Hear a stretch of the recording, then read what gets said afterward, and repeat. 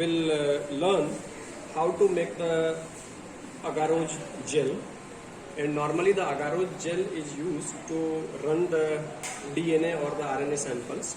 So first of all, we have a look to the apparatus, how the gel electrophoresis unit is. So just see, this is the tank.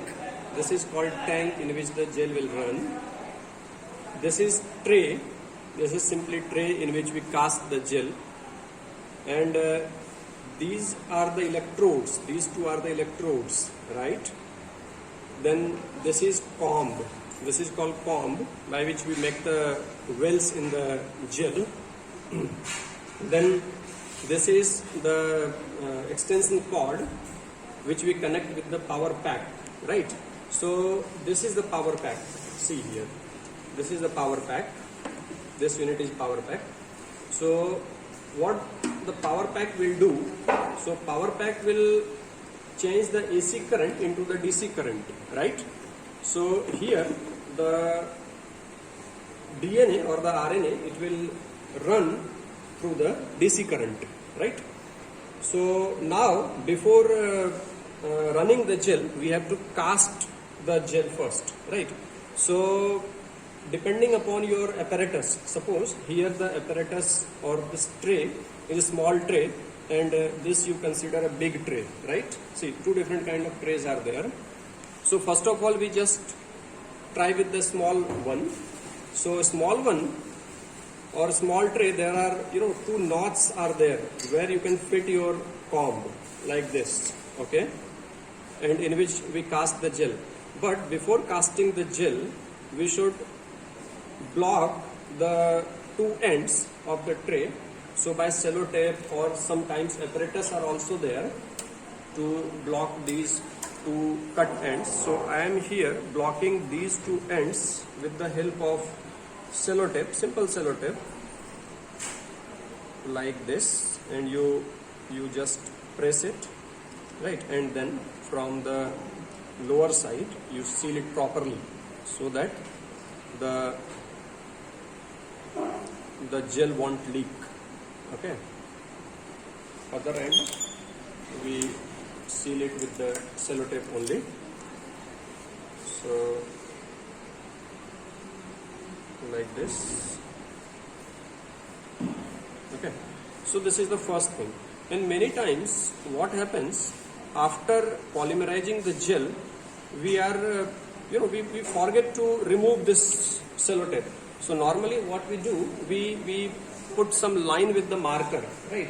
Permanent marker. So if we have permanent marker, right, you can just make lines on that so that it will be visible. Okay, this is one thing. And see, there is another apparatus. See here, this is the apparatus by which you can, cast your gel without that putting the sellotape. See, here the two open ends are there, right? So this is the, this is the apparatus by which you can just cast the gel. So just to keep this tray here, and you can tighten this with these two knobs, right? Here you can tighten it, okay? So now in this, by using this apparatus, there is no need to put the sellotape, alright? So this is, and then you can keep the combs over there like that, right? So if you don't have this apparatus, no worries, then you can just put the sellotape on both the sides. And after putting the sellotape, don't forget to write some lines, okay? Or just put some lines over there so that it is visible during the time of, after polymerization, we should remove it, okay? So this is one thing. Now we have to take the measurement first, because if you are doing the first time, then how much volume is required for this tray, it is not known. If you are knowing, then it is alright. Otherwise, just you take the measurement, right? So if I am taking the measurement, so this is approximately 7 centimeter, width is 7 centimeter, then length is approximately 10 centimeter, right? And so 7, 10, 70. And normally we keep the height of gel 0.5 centimeter, right? So you just multiply. What you multiply? You multiply 10 centimeter, that is length, then 7 centimeter width, and 0.5 centimeter is the height, right? So if you multiply it, it is 35. So approximately you prepare 35 ml of agarose, right? Agarose here. So during the time of heating, some amount has been evaporated. So normally we make 10 or 15 ml more. So here we are making 15 ml more, right? So it is for 50 ml, right? So 50 ml agarose will make. So for that we first measure the agarose. So here I measure the agarose. See, agarose is a very fine powder of the agar actually. This is a bit costly, right? So this is the agarose. So now the point, how much agarose you have to put. So now it depends upon the percentage, how much percent gel you are making, right? Suppose here I am making 1% gel for your simplicity, right? So for 50 ml, it would be required to put 0.5 gram of agarose, right? So this will be 1%. If you are taking 100 ml, then you have to take 1 gram of agarose, right? So here we are taking 50 ml buffer, right? And this buffer is tea buffer. So we are making our agarose in tea buffer, right? And we put 5 gram of agarose in that. So this is 5.5 gram of agarose, right? And I am mixing this agarose with this is the buffer, right? So I am mixing here. See now you can see here this agarose, you can see very clearly the turbid solution is there, right? So this is undigested agarose, right? So what we have to do, we have to digest this agarose by heating, right? If you heat it for 5 minutes or maybe 6 minutes or like that, right? So it will become clear. So now you can see here, when I digested this same agarose, now you can see the difference, right? So this right hand side this one, right? This I hold with the paper, right? So this is very clear solution. That means this is properly digested, right? Digested means it is the agarose has been mixed very properly into the buffer, right? So it should be very properly digested before pouring down into the tray, right? And once it is properly digested, then we have to mix the ETBR, right? You know very well the ETBR is a solution by which we can see the DNA after running the DNA or separating the DNA, because the ETBR, it intercalates into the bases of the DNA, right? So to see the DNA after running, we have to mix the ETBR. But you should be very careful during mixing the ETBR, because ETBR is carcinogenic. So you should wear the gloves, right? So I'm wearing the gloves. So this is the gloves. Any gloves you can put on your hand, right? And I can put another gloves also, so that the safety precautions should be always taken care. So this is the another gloves, right? And now we add the ETBR. ETBR is simply ethidium bromide, right? Ethidium bromide. So ethidium bromide, it glow, or it gives the fluorescence, orange fluorescence in the UV light, right? So see, and now this is the ETBR, okay? This is ETBR, and I'm taking ETBR here in our hand, okay? See, this is very, and see, some calculations are also there for putting the ETBR. But here, if you add 1 drop or 2 drops, so that your agarose becomes light pink, so that is enough, right? Or so it may be 1 or 2 microliter, not more than that, right? So just I took very little amount. Maybe this is 1 microliter, and just you mix 1 microliter to the agarose, right? And now you see. now you see, mix properly. So see, now you can see this is light, I mean tinge pink color is there, right? Very pink color, very light pink color is there. So this is enough, right? So now you discard this tip very carefully, right? So I'm discarding here, and you close the ETBR very safely and put it again at safe place, right? So this is ETBR. Okay. So now our gel is ready, right? This gel is ready, ETBR has been mixed. So now what you do, you place the comb over here, right? So you place the combs here, okay, all right. These are the combs, right? And now you pour your gel or digested agarose very carefully into the tray, right?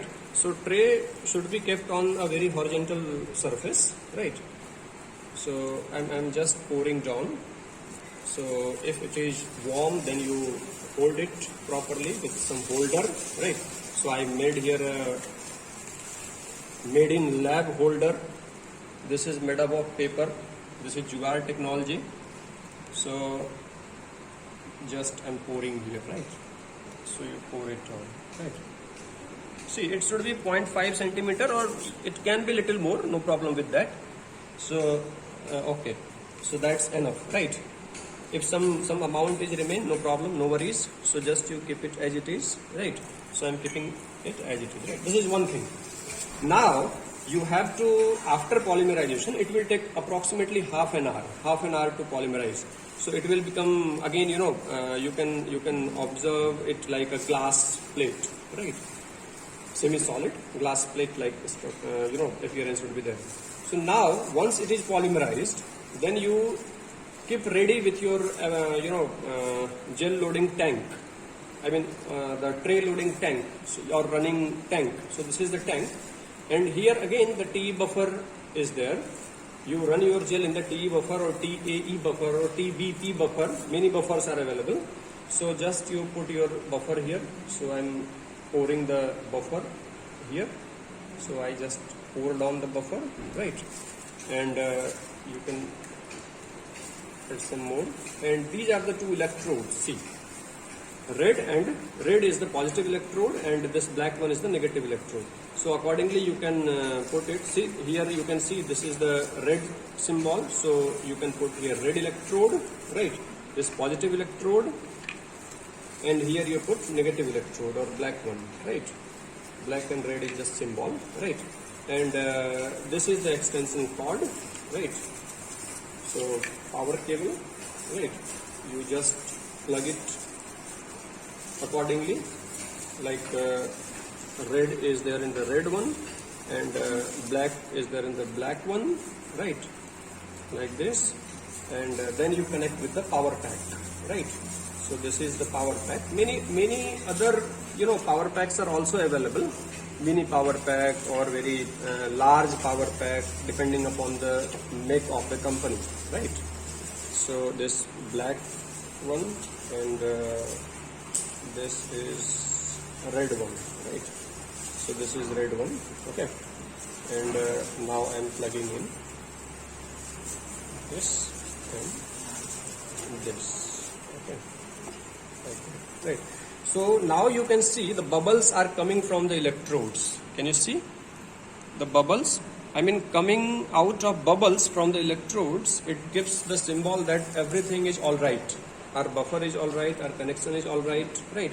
So now we checked it all, everything. So now we can switch it off because our gel is not ready till now. Once the gel is ready, then we again put the gel in that and then switch it on, okay? So now our gel is polymerized. Now you can see, you know, this glossy kind of appearance in the gel, right? And first of all, what we do, we just remove the comb. So we should remove comb very carefully so that the wells won't get broken.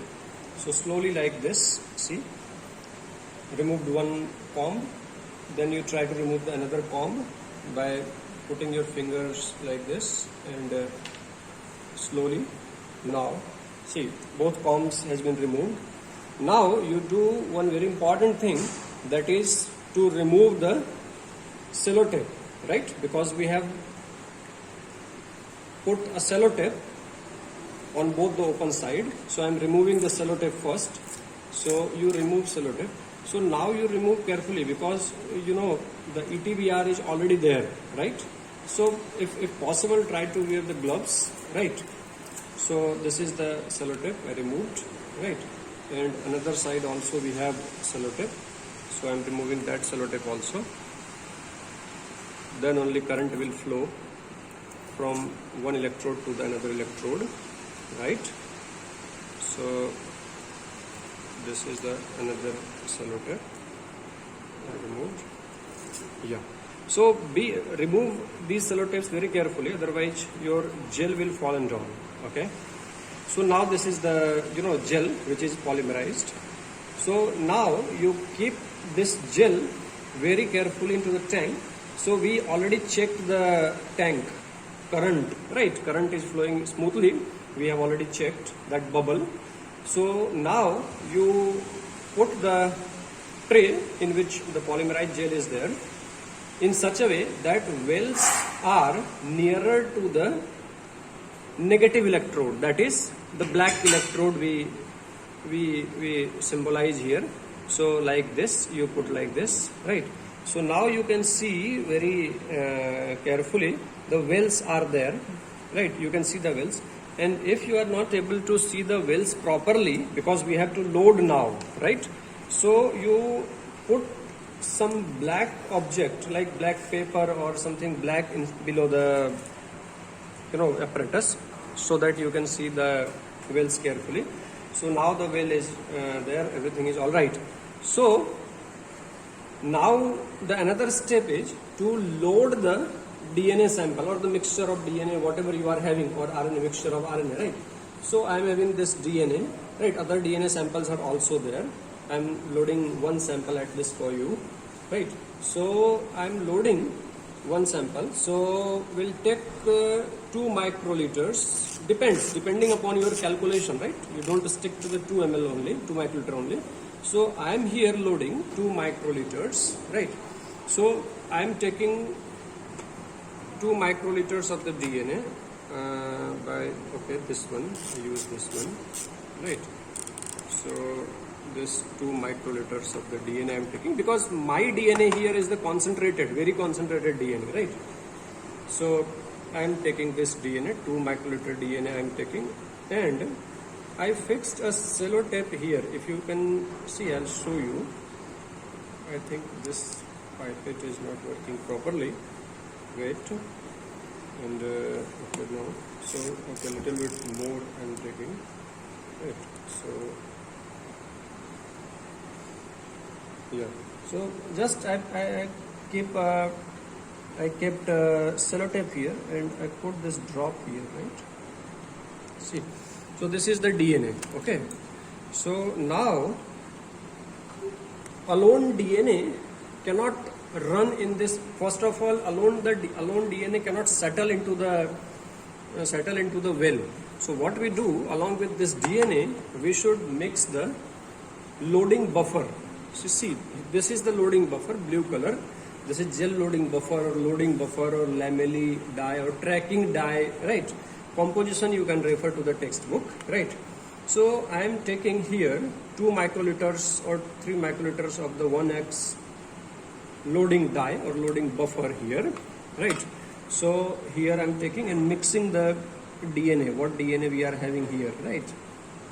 See, in one well you can load up to 30 or 35 or even 40 microliter, but I am here loading only 6 to 7 microliter, because 3 microliter DNA. In 3 microliter I took here that buffer, gel loading buffer, right? So I'm taking samples like this. See, all samples I'm taking from here, right? And now you first of all see the wells very carefully, right?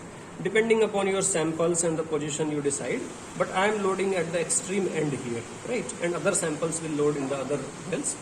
So first of all, you just see the wells very carefully. If the wells are not, you are not able to see the wells carefully, then put something inside that, right, below the well, so that you can see it clearly. See, now you can see clearly, hopefully, right? And now I am loading here. Okay, see, just you touch the well and press the pipe.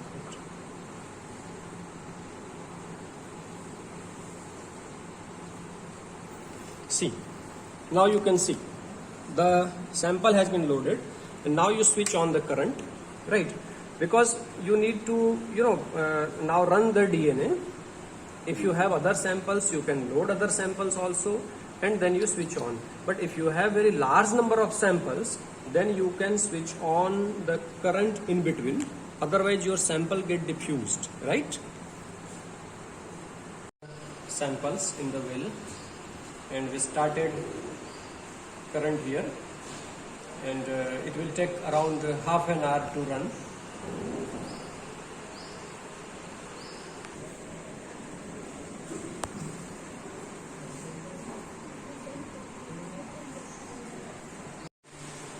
So running of gel is there in the progress. You can see the tracking die.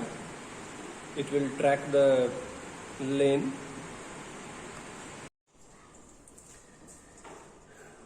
Okay, so now our gel is almost running is completed. So now we see the bands, whether the DNA is separated or not, on the UV transilluminator. So this is UV transilluminator. You can see the blue light of the UV. So now we put, either we can put the entire gel along with the tray, or the gel itself, right? So I'm putting the gel only here, right? So you can open this. Depending upon the company and the instrument, this machine or gel or a UV transilluminator, it may change, right? And many times we use that gel dock system also. So here the bands, now we can see this is the the gel, and after giving the UV light, some bands we can see, right? So you can see band in here, this one. So you can see the band here. This is the plasmid DNA, right? Here you can see the bands, right? So this pink band is due to the presence of the ETBR in between the DNA samples, because this intercalate into the double-stranded DNA, and it gives fluorescence when the UV light falls on that. So you can see the different bands in the different wells, in front of the different wells. So that's it, friend. So this is very simple technique, but this is very, very useful technique, gel electrophoresis. So thank you very much.